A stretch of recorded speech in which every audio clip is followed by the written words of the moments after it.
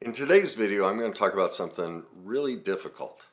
How to deal with being diagnosed with an STD or an STI. And there are 5 main things I'm going to cover. The first one is how to pull yourself out of that no one is going to love me ever again thought and feeling. The second thing is how to deal with the stigma around those and other people's reactions.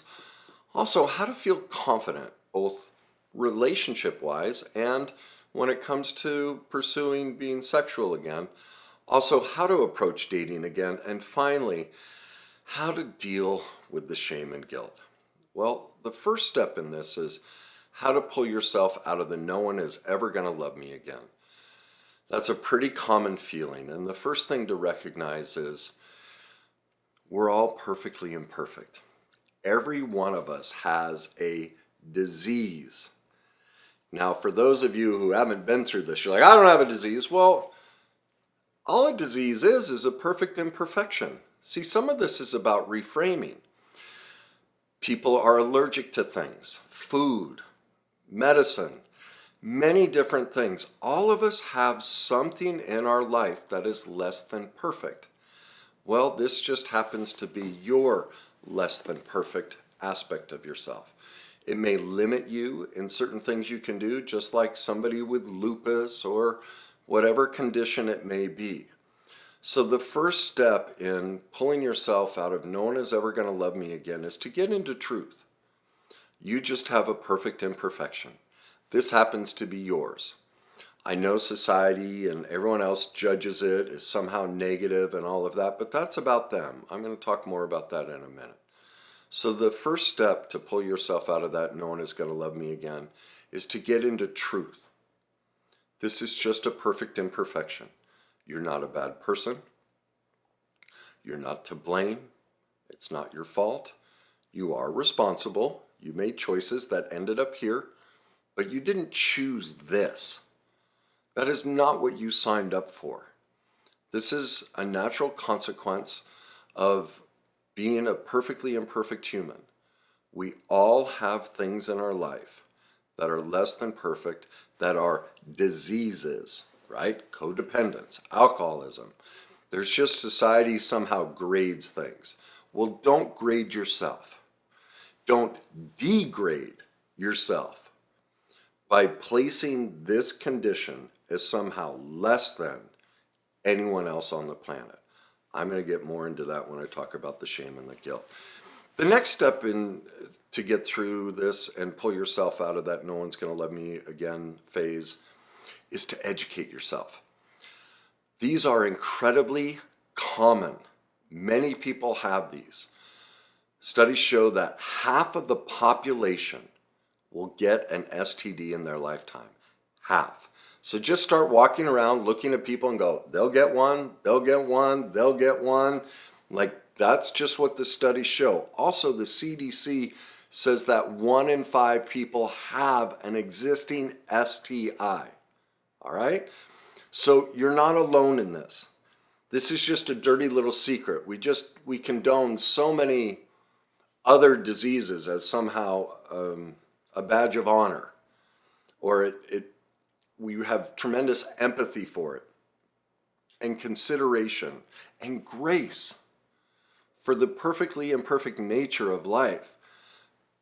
But because we have such a stigma around anything intimate physically, we've placed this as somehow less than others. Well, if 1 out of 5 people are walking around with one and half the population is going to get this, those numbers are higher than many other diseases. So it's incredibly common. Many people are struggling with this. So that means, to me at least, we need to remove this self-judgment inside of ourselves that I'm somehow bad or deficient. And that's what will help us get out of this no one's going to love me again hole. It doesn't make you a tramp or any of the other worse words that are out there. We all have something in our life that is less than perfect. It's bad enough that you walked into this situation not knowing that your partner had this. Now, in many cases, that partner may not have known. But every day you restrict yourself and you say, no one's going to love me, you are now giving them even more power over you. Do you see that? Like I said, it's bad enough that you walked away with this and you're struggling with this condition. Don't give them that. They don't deserve that. They have taken enough from you. Take your power back. Don't let any person on this planet ever rob you of your inherent worth and that you deserve to be loved again, and mostly loved by yourself. Because that's primarily what happens here is we make a projection, no one else will love me, but the truth is we're not loving ourselves. And the greatest way that we don't love ourselves is we then give our power away and say no one else will love me. That's just a lie. We have worth at all times, no matter what we do. It is a birthright that we all are born into this world with inherent worth. And the only time we lose that is when we give it away to others. All right? So don't let them take that worth from you. Now, how do we deal with the stigma and other people's reactions? Well, this has everything to do with them. I talk about this in my self-deception videos, my denial videos, and I highly recommend you go watch my video, How to Turn Any Insult into a Blessing. Because whenever we judge, blame, criticize, or hate anyone or anything, we are always talking about a part of ourselves that we haven't healed either directly or indirectly. So while it may be true, they're judging us for having these conditions or any other disease, whatever it may be, their judgment of it, their blame, their hatred, and trying to minimize you and degrade you is just an expression of a disease inside of themselves that they are judging, hating, criticizing, degrading. And they can't see it in themselves, so they're projecting it onto you. And so what you really have is a lack of personal forgiveness, an inability to accept that the human condition requires that we all have perfect imperfections, that each one of us has a disease that we will battle the rest of our life. It could be the disease of low self-esteem, it could be the disease of cancer, it could be any number of diseases. And so when we are pointing the finger at somebody else, we aren't looking at ourselves and seeing that, wow, I have my own disease. I have my own perfect imperfection that I have shame and guilt over. Something that I think is less than anybody else's condition. I won't love myself, I won't forgive myself, and I'm going to take it out on them. So whenever you run into criticism or judgment, remember that person isn't talking about you.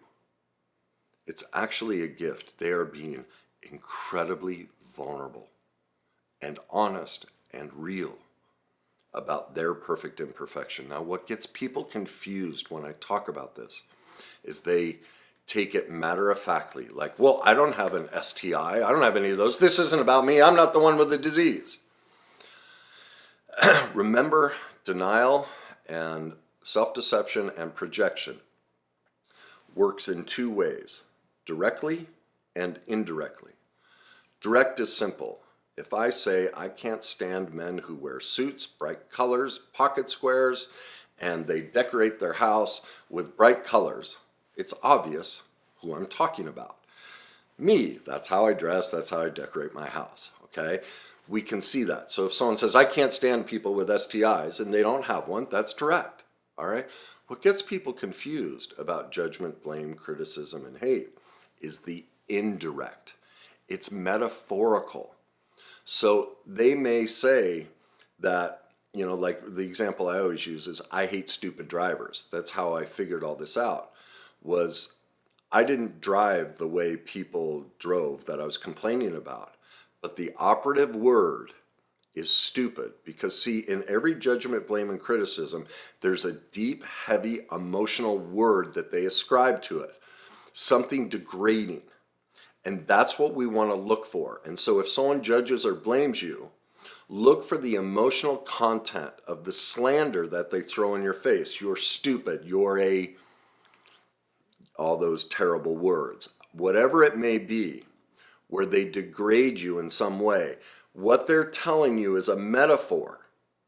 If they don't have an STD or an STI, they're telling you the metaphor of how they think they're stupid. Some area in their life, they're not operating to their standards. That's not about you. That's about them. And so when I recognize that everything is a metaphor in the indirect side of judgment, blame, and criticism of self-deception and denial, then I'm able to see that when people make their judgments of me, because as you can see, some videos, I get a lot of them, I feel really blessed. This person is showing me their humanity. They're showing me their vulnerability. They're telling me about an emotional part of themselves, a deep, heavy pain, their disease. They're basically just going, here's my disease, Kenny. I feel really bad about myself in this area of my life. I don't know what to do with it. No one's taught me how to deal with it.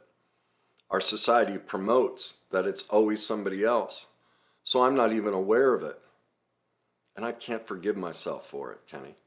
Well, I end up having tremendous empathy, and that's why I share this with you, is that stigma and other people's reactions. They're taking something from their own life, a stigma they have about themselves, a reaction that they've received about an imperfection in themselves, and they're placing all of that on you. Well, again, don't give them that power. Now, if you want to learn more, this is a tough concept for people to grab a hold of because they have to look at themselves. They're like, oh, I don't really want to admit that there might be truth in this about me. It's hard for us to see. Denial and self-deception to me is the single greatest disease on the planet because people don't realize when they complain and judge, they're actually talking about themselves. It's very difficult for us to get that level of self-awareness. And so that's why I suggest go watch that video, how to turn any insult into a blessing, and really invest in watching the videos on my self-deception and denial playlists. Because when you start to see this and how it works directly and indirectly, and that if you don't do exactly what you're judging, but you're doing it, what you need to find is the metaphor and how it's indirect. Just like I said, I hate stupid drivers. What was indirect for me was stupid. The message I got sent as a child was I was stupid. Plus, here I am, a person, supposedly, who has life figured out. I'm here making these videos, right? Yet I've suffered through multiple addictions, 2 horrific divorces. 1, I was physically and verbally abused. Bankruptcy. I played 2 pro sports and never wanted to play. I spent 3 days holed up in my apartment trying to write my kids a suicide note. Do you see what the metaphor is? I hate stupid drivers. What's the metaphor of driver? I don't know how to drive my own life. That's why I attach to the way people drive. I was trying to tell myself, Kenny, you're human. No one teaches you how to deal with the pain you went through childhood.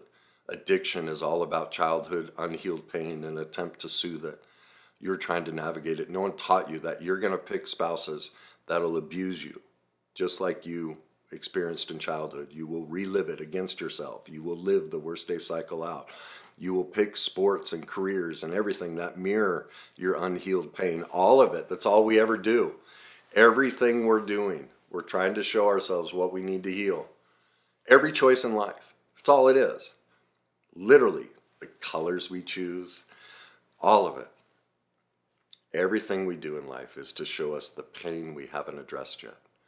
And everything is a metaphor that we turn back on ourselves. And so remember that. When other people's stigma and their reactions show up, don't take it on. You've already taken on enough from somebody else's disease.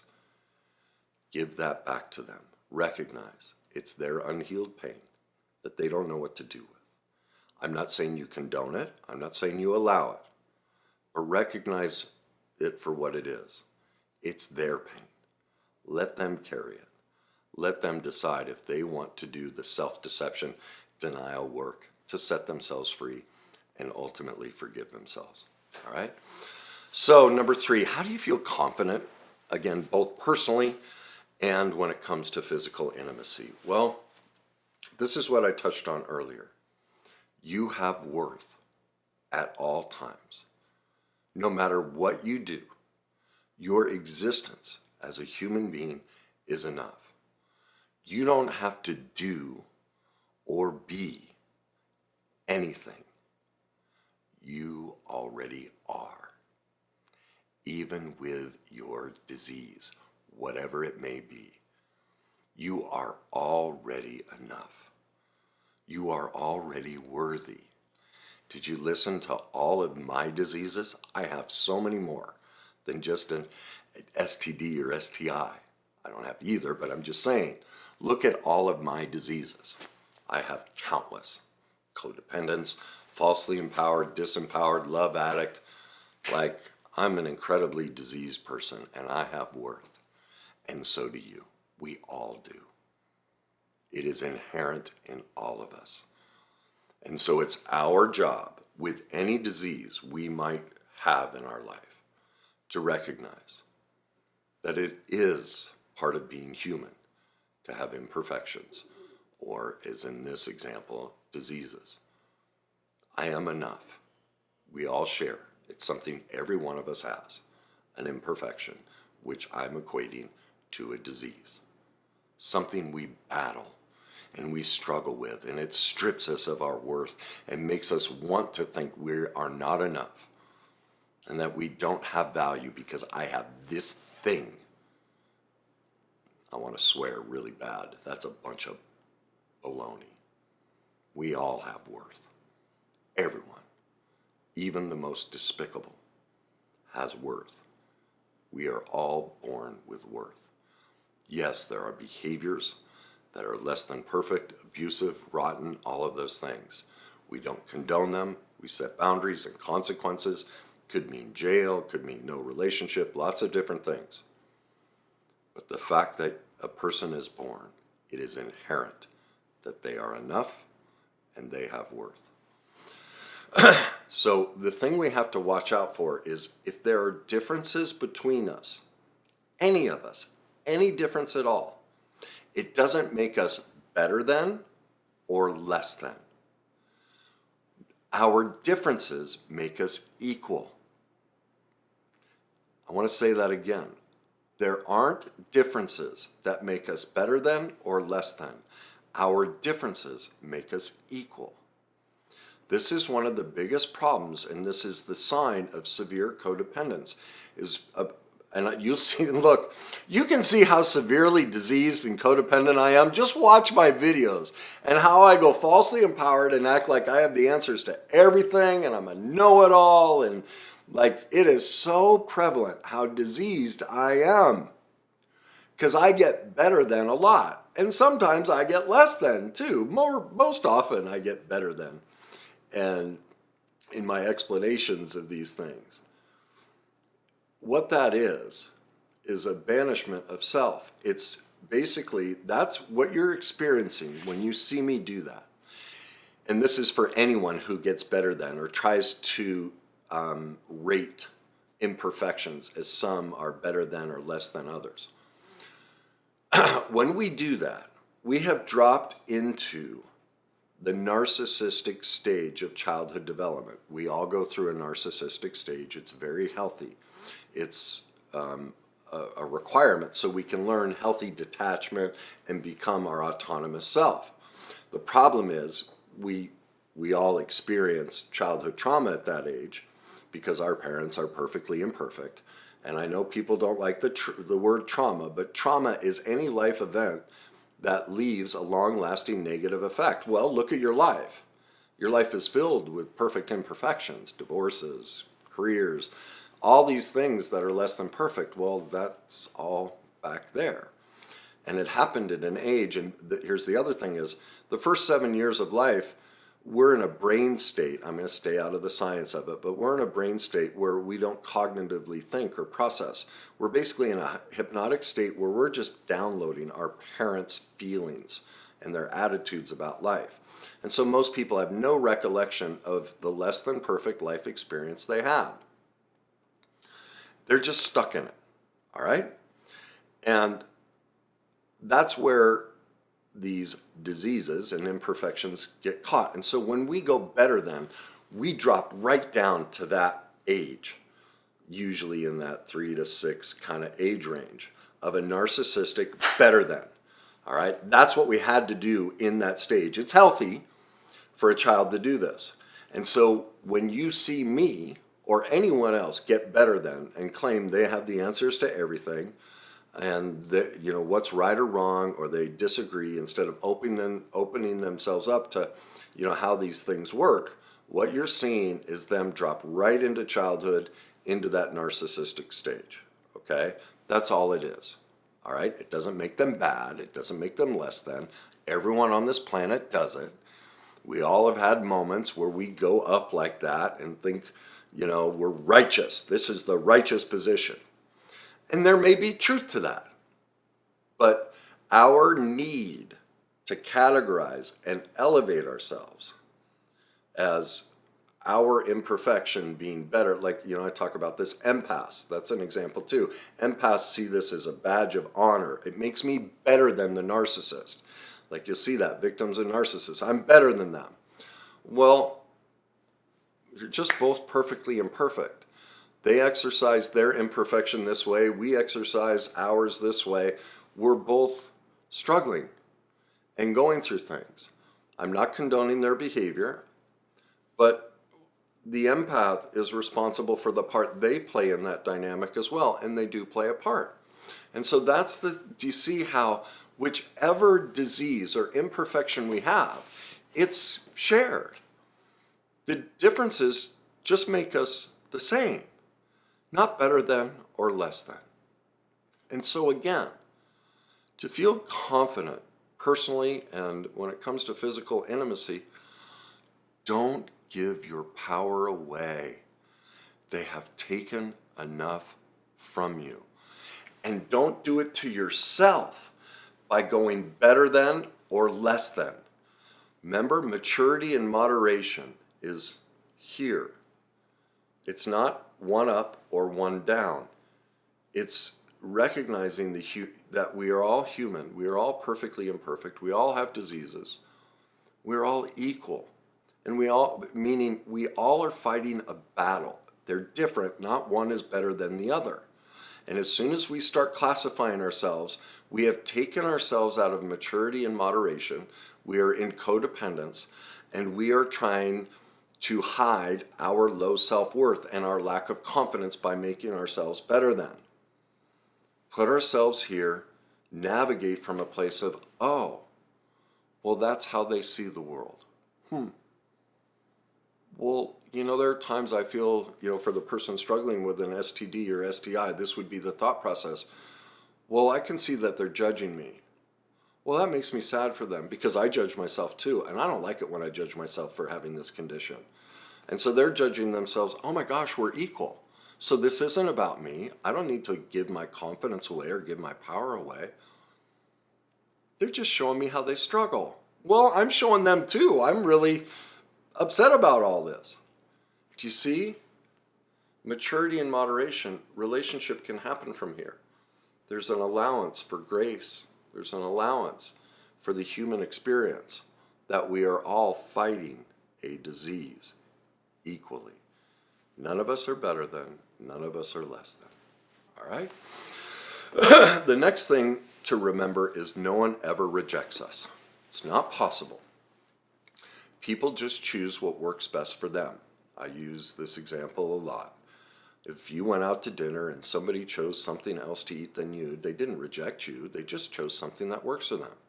All right? Some people, may want somebody who doesn't have this condition. Well, how is that any different than somebody who says, I really don't want to be with someone who has cancer or lupus or anxiety or stress or fear or is a Christian or a Muslim? That's all it is. They're just making a preference. I don't know if it's good or bad. It seems to work for them. I'm in support of that. I want you to choose things that work for you. So don't give yourself away and give your power away. And but then turn the rejection on yourself by saying my value and worth is determined by your opinion of me and whether you accept me or not.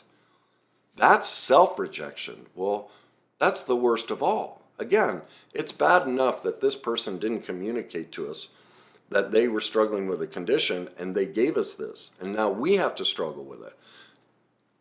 Don't reject yourself by belittling yourself or making your worth determined whether somebody accepts you or not. Don't give them that. Now, if you want to learn that complete process, head over to my website. Go to the resources tab, scroll down, you'll see I have like 6 free downloads. The one you're going to want to download is How to Remove Feeling Rejected. It gives you a simple process to do. I'll be honest, I stole it from Gabor Mate. It's a beautiful way to look at this so that we can recognize when that feeling of rejection comes up that it has nothing to do with us. It's about them, their preferences, and in most cases, really how they're rejecting themselves. It has nothing to do with you. All right, let's move on to number 4, how to approach dating again. First of all, get out there. Get dating. I'm not saying sleeping around. I'm saying don't give your confidence away. Pull yourself out of that hole. Don't degrade yourself and restrict yourself. Learn how to navigate this condition, which means learn how to love yourself and go, yep, I hear that your disease is lupus, or your disease is Christianity, or your disease is you like bright suits, or your disease is you lay in the sun, or your disease is hiking, or your disease is working out all the time, or being a workaholic, or those are all your diseases. Well, this is mine. All right, because any preference, like any of these things people do, while some work for them, many of them have a detrimental effect. That's just life. Again, we're human. Everything we do, even things we like, we will all at times do out of moderation. That's being perfectly imperfect. And so don't restrict yourself. Learn how to accept and love every aspect of yourself. Start dating again. Every single obstacle in life is a blessing. It's only a problem when we choose to give ourselves away, play the victim, hole ourselves up, and quit. Life, there's a great documentary out on Netflix that came out recently. It's called Stutz, I think. It's, what's his name? Jonas Hill, I think, and his therapist. And his therapist brought up something because they talk about their relationship. And he said there are 3 guarantees in life. That to know you're alive, you have to go through these things. Like it's a requirement. That in life, every single one of us will experience pain. It is unavoidable. It is proof that you're a human being and you're on this planet. The other thing we will always experience in life is uncertainty. And the final aspect is that the act of living life requires work. Now, the problem in people's lives is they want to avoid pain, which creates more pain. They try and control everything because they don't want to be uncertain, but that control creates more uncertainty. And they usually do both of those by avoiding doing the work. The single greatest pain deliverer and cause of uncertainty in life is the lack of desire to do the work, to go experience pain, learn about it, become an expert in it, learn how to navigate it, embrace it, love it, and recognize that in all of our pain, obstacles, these are obstacles that are meant to be overcome, and the better we get at that, the less uncertain we feel. But to minimize pain and create more certainty requires doing the work of life and the work of recovery. And so someone with an STD or STI needs to do the work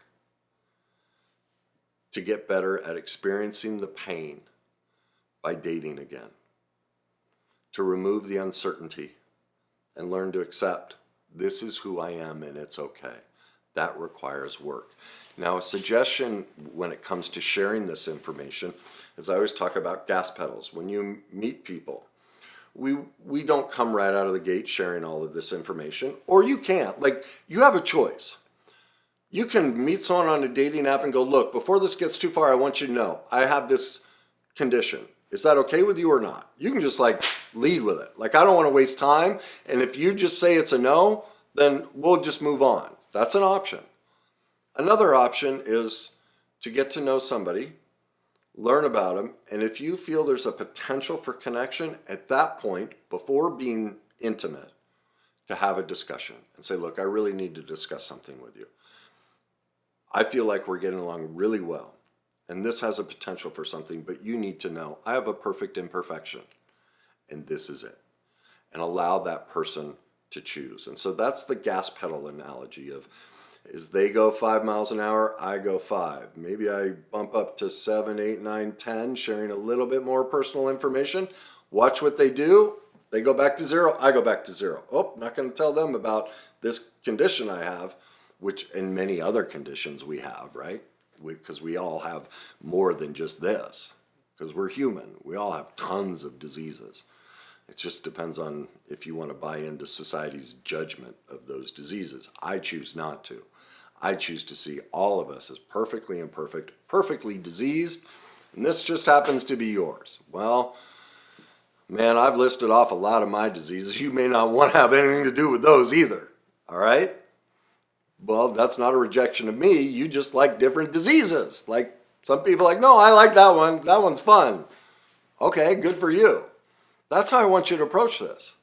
Look at it from that angle. So when it comes to dating again, how to approach it, you really have two options.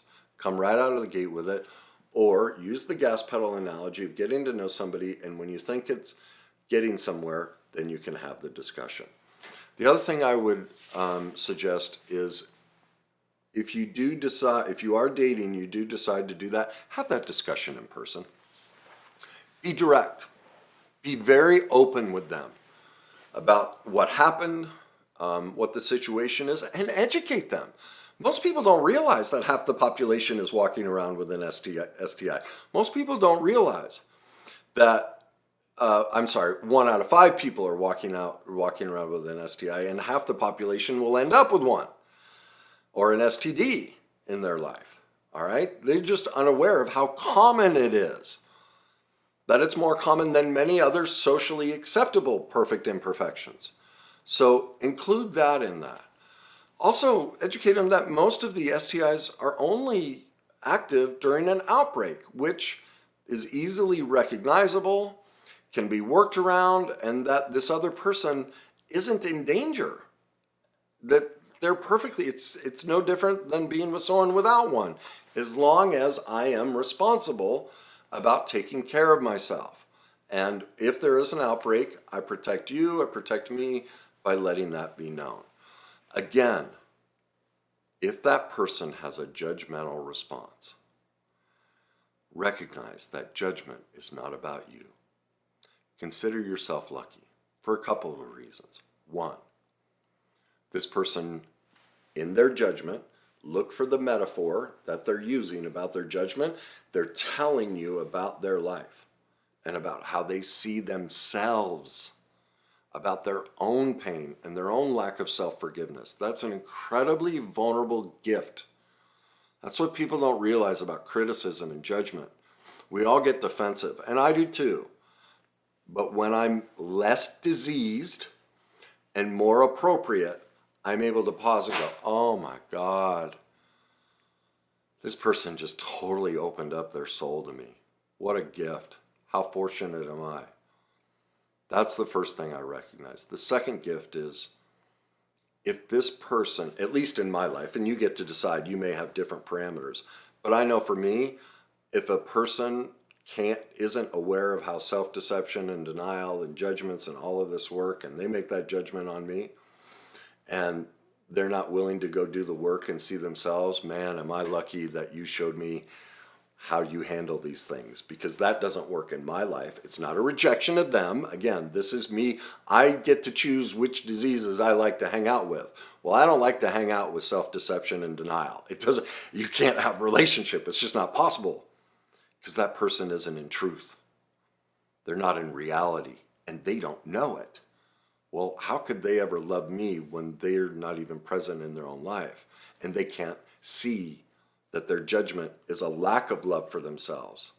Like it wouldn't matter how much I loved and adored. I could be the perfect person and they'd never let it in, because they can't let it in for themselves. And see, we can never accept love from others unless we learn how to accept it from ourselves first. And so I consider myself incredibly lucky if somebody shows me right out of the gate, this is how they approach things. It saves me a lot of potential heartache and time invested, because now I see, oh, we don't want the same things. We don't approach this from the same area, so that if we ever were to get in a fight and I blame you, and I'm always going to turn that blame back on myself and then come back and go, oh my God, I was talking about me. Here's how I did it. Yep, my disease popped up. I had an outbreak of my disease, and I tried to make you the problem, and it's actually, this part is about me. Now there are aspects that are about you, and I may ask that you take a look at those. But if I can't find a partner who's willing to do that, I can't. There's, at least in my life experience, there's no relationship there. You have two people out of touch with reality in self-deception. There's no love. Love isn't possible. Well, I personally am in a place now where I like less disease in my life, or maybe it's not less disease, because I don't know if that's possible.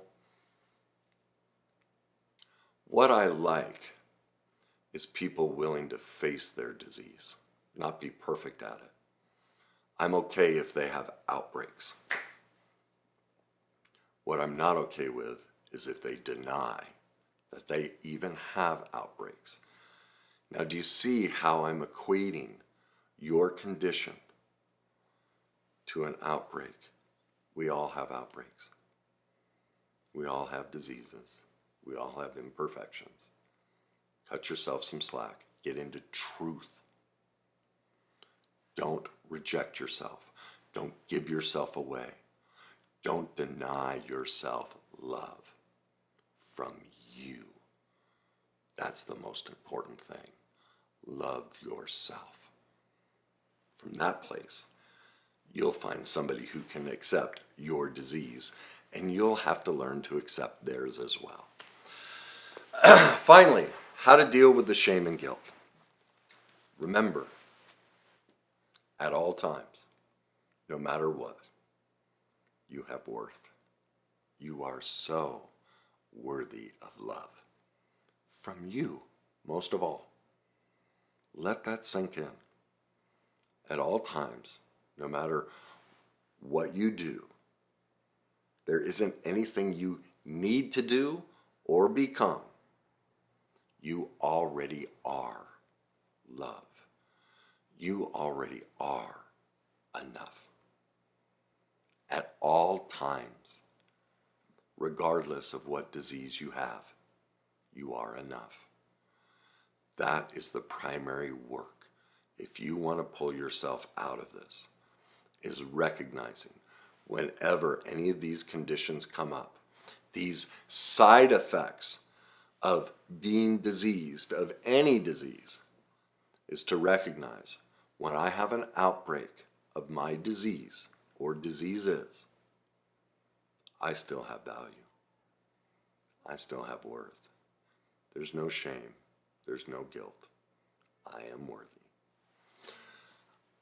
To help you achieve that, I would suggest my guilt and shame playlist on my YouTube channel. I'd also suggest a specific video, how to forgive yourself. You can search all of those on YouTube and find those. So there are your 5 ways to navigate this. I think if it were me and I were in this position, the thing I would walk away from this video grabbing onto is, 1, we are all diseased in our own unique way by the mere fact that we are human. And part of the human condition is to struggle with diseases and have outbreaks of those diseases. And that even when we do, all of us have worth at all times, even in the midst of our outbreak. So if this is something you struggle with, I hope this gives you a chance to love yourself, reclaim your worth, and recognize you're just perfectly imperfect and it's okay. Don't give your life away. Don't give your power away. Claim